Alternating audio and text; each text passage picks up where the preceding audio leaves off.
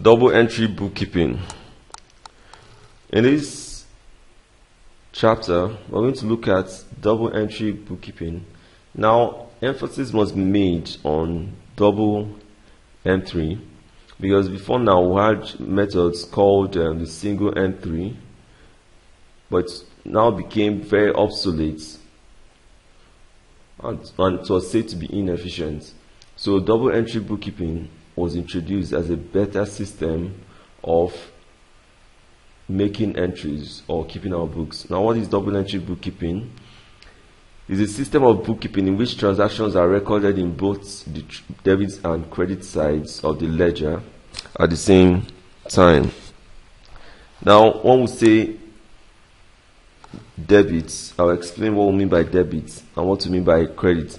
One important thing to note from the definition of double entry is that the transaction, a particular transaction, is recorded both on the debit side and also the credit side of the ledger at the same time. So we have our ledger, we have the debit side on this side, and we have the credit side on this other side. Please, you have to note the order. The debit is always here, and the credit on this other side. Now, every debit entry in an account must have a corresponding credit entry in another account. So always have different accounts opened. Okay, so the account that is giving out the money is called the credit account, and the account receiving the money is called the debit account. Now, what I mean by this is, let's say your dad wants to give you money to buy biscuits. This is your dad, and he gives out money to you, and let's say your name is Peter. So you have to let's look at this scenario. Your dad is giving out money, and you, Peter, you are receiving. So money is always balanced. Let's say he gives out 10 naira, and that means you receive 10 naira. So for your dad is minus 10 naira. 10 naira just left him, and for you, you received 10 naira. So the account, which is your dad's account that is giving out money, is credited, and you that is receiving money, the account receiving the entry is debited. Okay, now let's look at other aspects. Now, the double entry system divides the page into two halves, like we did here. We divided this into two halves. Okay, the left side is called the debit side, while the right side is called the credit side. Now, every business that is established must also have assets, liabilities, and capital. What are assets? Now, assets is anything of value that is owned by the business. Let's simply put it that way. Anything of value that is owned by the business. We could have generators, could have the house is an asset. We could also have money as a capital, is an asset to the business.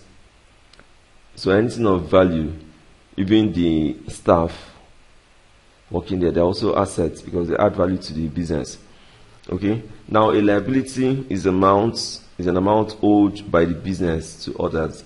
So those are called liabilities, and amounts owed by the business to others. Okay, then the capital also, like I mentioned before, is the total investment in a business. The total amount you're using to start the business is called the capital. Let's look at an example explaining this double entry system. And it says COKK, a bookseller, started business on January 1 with 250,000 naira cash. He bought the following for running the business. January 8, he bought furniture from Alawan Company and Co. Limited for 10,000 naira cash. On January 10, he bought office equipment from Akada and Co. Limited for 15,000 naira cash. Now, all our entries will be made on these our cash accounts. Let's use this as our cash account. Okay. Now, but let's start from the first line. It says he started business on January 1 with 150,000 naira cash. So this 150,000 naira cash is known as a capital. Now, because we have this 150,000 naira cash as capital, we open an account called, or by account I mean a record in our journal called the capital account. Okay, so the capital account, like as usual, will have a debit side and we'll have a credit entries there. Now, because the capital account is the one giving out the 150,000 naira, that means we'll put the 150,000 naira, like we said, credit is for giving, debit receives. So credits given is for giving, so capital account will credit 150,000 naira. Then on our cash account, because it's receiving 150,000 naira, this is now where we do our business. On the cash account, we'll now debit 150,000 naira on this side. Okay, so don't forget to put the dates. On January 1, 150,000 naira. Okay, so here we'll put our naira sign. Then on our credit side, we also have our naira sign. Let me arrange this very well. We have on this side dates, showing the dates. We have our description, and we have amounts in naira. Okay, so on January 8th, he bought furnitures from Alawa and Company Limited for 10,000 naira cash. So buying furniture, so it is now this cash account that is giving out 10,000 naira to buy the furniture. So because the cash account is giving out 10,000 naira, we'll now credit that 10,000 naira. So put January 8th. Okay, we'll call it furniture. Okay, I'll put 10,000, right, 10,000 naira. Then on January 10, also bought office equipment from Akada and Company Limited for 50,000 naira cash. So our cash account is also giving out 50,000 naira. So here we'll put 50,000 naira. That's on January 10. And this, we'll call it office equipment. So the important thing to note is when to make an entry on the debit side or when to make an entry on the credit side. So the giving is on the credit and the receiving is on the debit side. Okay, then let's now assume that this is the end of the transactions for the month. Now on this side we have 150,000 naira. We'll now bring it down, 150,000 naira. So we'll draw our double line showing that everything here is complete. Then on this side we have 10 plus 50, that is 60,000 naira.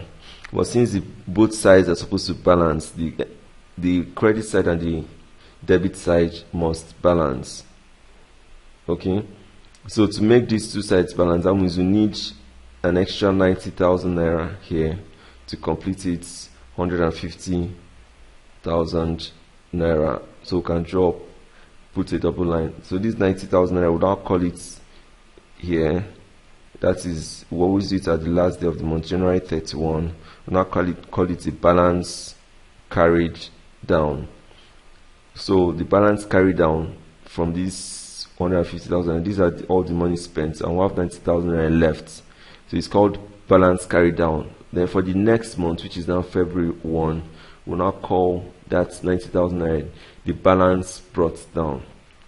So that balance brought down, this is also a cash account for next month, February 1. We also know that the 90,000 naira now be on this our debit side of our cash book. Okay, so this is the concept of balancing accounts in using our double entry. Okay, so credits and also debits, our double entry. Now we talked about several accounts. We have the personal account. While making our double entry, we have the personal account and the impersonal account. Okay, so Personal accounts are those of debtors, those owing the company, and creditors, those the company is owing. So when my business or a business is owing somebody, we open a personal account, and if someone is owing us, we open a personal account for that person using the person's name and his details to be able to track the money, and we'll also have our debit and credit sides. And in personal accounts refers to accounts in which properties such as machinery, building are recorded. Okay, so all the general entries, machinery and building, everything is recorded in personal accounts. Now, another thing I want us to look at the types of expenses. We have rent. You know what rent means for renting an apartment where you do the business. Then the wages and salary at the end of the month, you need to pay up your workers. That's the type of expense, wages and salaries. Now, telephone calls made during the business, electricity bills, postages when you're sending mails, stationery, also insurance and motor expenses. There are so many types of expenses. Now, these are the very common ones I recorded here. Now, I want you to click on Start Quiz and answer all the questions following.